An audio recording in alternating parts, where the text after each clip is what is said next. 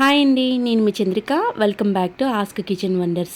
ఈరోజు వీడియోలో capsicum fry recipe చూపించబోతున్నానండి. సరికొత్త స్టైల్లో ఒక్కసారి ఈ పద్ధతిలో ఒక్కసారి చేసి చూడండి, అద్భుతంగా ఉంటుంది. ఉత్తనే అలా తినేయాలనిపిస్తుంది అనమాట. రసం కానీ పప్పుతో కానీ దేనితోనైనా కాంబినేషన్గా కూడా ఈ కర్రీని ట్రై చేయొచ్చు అనమాట. మరి ఎలా చేసుకోవాలో చూద్దామా? ఫస్ట్ దానికోసం ఇక్కడ పావు కిలో వరకు క్యాప్సికమ్ తీసుకోండి. ఇలా నీట్గా వాష్ చేసుకొని చిన్న చిన్న ముక్కలుగా పొడుగ్గా కట్ చేసుకోండి. ఒక కప్పు తీసుకోండి. ఒక కప్పులోని హాఫ్ కప్ వరకు శనగపిండిని తీసుకోండి. అలాగే 1 టేబుల్ స్పూన్ వరకు కసూరి మేతి కొంచెం క్రష్ చేసి వేయండి. అలాగే 1 టేబుల్ స్పూన్ ధనియా powder, half teaspoon salt, అలాగే 1 టేబుల్ స్పూన్ కారం, హాఫ్ టీ స్పూన్ వరకు పసుపు. వీటన్నిటిని వేసిన తర్వాత పిండిలోకి బాగా కలిసిపోయేలాగా బాగా కలుపుకోవాలి. ఇలా కలిపిన దాంట్లోని కొద్దిగా నీళ్లు పోసుకుంటూ థిక్ బ్యాటర్లా మనం రెడీ చేసుకోవాలండి. మరీ ఎక్కువ పోయకండి.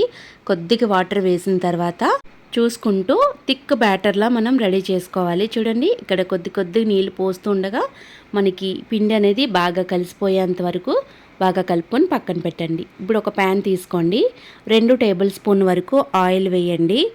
ఆయిల్ బాగా హీట్ ఎక్కిన తర్వాత కొద్దిగా 1 టేబుల్ స్పూన్ వరకు పోపు దినుసులు వేసుకోండి. 2 ఎండుమిర్చి, అలాగే శనగపప్పు, మినపప్పు, జీలకర్ర, ఆవాలు, అలాగే కొద్దిగా దంచి వెల్లుల్లిపాయ రెబ్బలు 4 వెల్లుల్లిపాయ రెబ్బలు వేసేయండి. వేసిన తర్వాత బాగా వేయించండి. ఇలా వేయించినప్పుడే కొద్దిగా ఇంగువ పొడి కూడా పావు టీ స్పూన్ వేసుకోండి. ఇప్పుడు కొద్దిగా వేగాలండి. వేగిన తర్వాత 1 కప్పు వరకు సన్నగా తరిగి పెట్టుకున్న ఉల్లిపాయలు, ఒక పెద్ద సైజు ఉల్లిపాయ తీసుకొని చిన్న ముక్కలుగా కట్ చేసుకొని వేసుకోండి. ఈ ఉల్లిపాయలు పోపు దినుసులతో పాటు మంచి కలర్ వచ్చేంత వరకు వేయించండి. ఉల్లిపాయలు బాగా వేగిన తర్వాత 2 పచ్చిమిరపకాయలు ఇలా చిన్న ముక్కలుగా కట్ చేసి వేయండి. అలాగే 1 రెమ్మ కరివేపాకు కూడా వేసి వీటిని దోరగా వేగనివ్వండి. ఇలా వేయించుకున్నప్పుడే కొద్దిగా సాల్ట్ వేసుకోండి. నేనైతే ఇందాక బ్యాటర్లో వేసానని వేయట్లేదు. ఇప్పుడు ముందుగా మనం కట్ చేసి పెట్టుకున్న క్యాప్సికమ్ ముక్కలు వేసేసి లో ఫ్లేమ్లో పెట్టాలి. లో ఫ్లేమ్లో పెట్టి మధ్యలో మూత పెట్టుకుంటూ క్యాప్సికమ్ మొత్తాన్ని కూడా చక్కగా మగ్గించుకోవాలండి.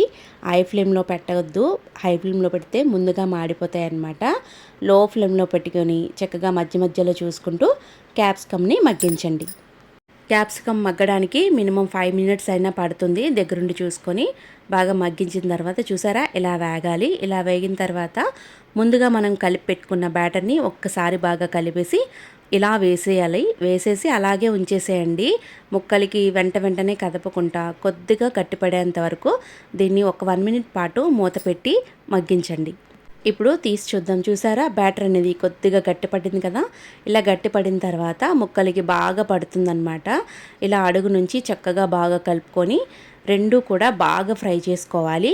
పచ్చిదనం, మనం పిండిలో ఉన్న పచ్చిదనం పోయేంత వరకు మరొక 5 నిమిషాలైనా వాటర్ స్ప్రింకిల్ చేసుకుంటూ ఈ ఫ్రైని బాగా ఫ్రై చేసుకోవాలి.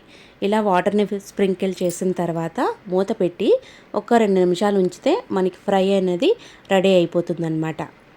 పిండి వేసిన తర్వాత హై ఫ్లేమ్లోనే మనం టాస్ చేసుకుంటూ ఈ ఫ్రైని వేయించుకోవాలి. అప్పుడే మనకి పిండి తొందరగా ఫ్రై అవుతుందన్నమాట.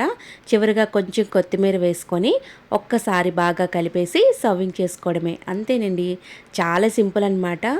ఇలా చక్కగా ఈ ఫ్రైని, ఎన్నో పోషకాలు ఉండే ఈ ఫ్రైని ఒక్కసారి ఇలా ట్రై చేసి చూడండి, అదిరిపోతుందన్నమాట. పప్పులోకి కానీ సాంబార్లోకి కానీ సైడ్ డిష్గా ఈ రెసిపీ చాలా బాగుంటుంది. ఉట్టినే అలా తినేసేయచ్చు అనమాట, అంత బాగుంటుంది. ఒకసారి నేను చెప్పినట్టు ట్రై చేసి మీకు ఎలా కుదిరిందో నాతో కింద కామెంట్ సెక్షన్లో కామెంట్ కూడా చేయండి. మరిన్ని టేస్టీ అండ్ సింపుల్ రెసిపీస్ కోసం మన ఆస్క్ కిచెన్ వండర్స్ ఛానల్ని సబ్స్క్రైబ్ చేయండి. Thank you for all.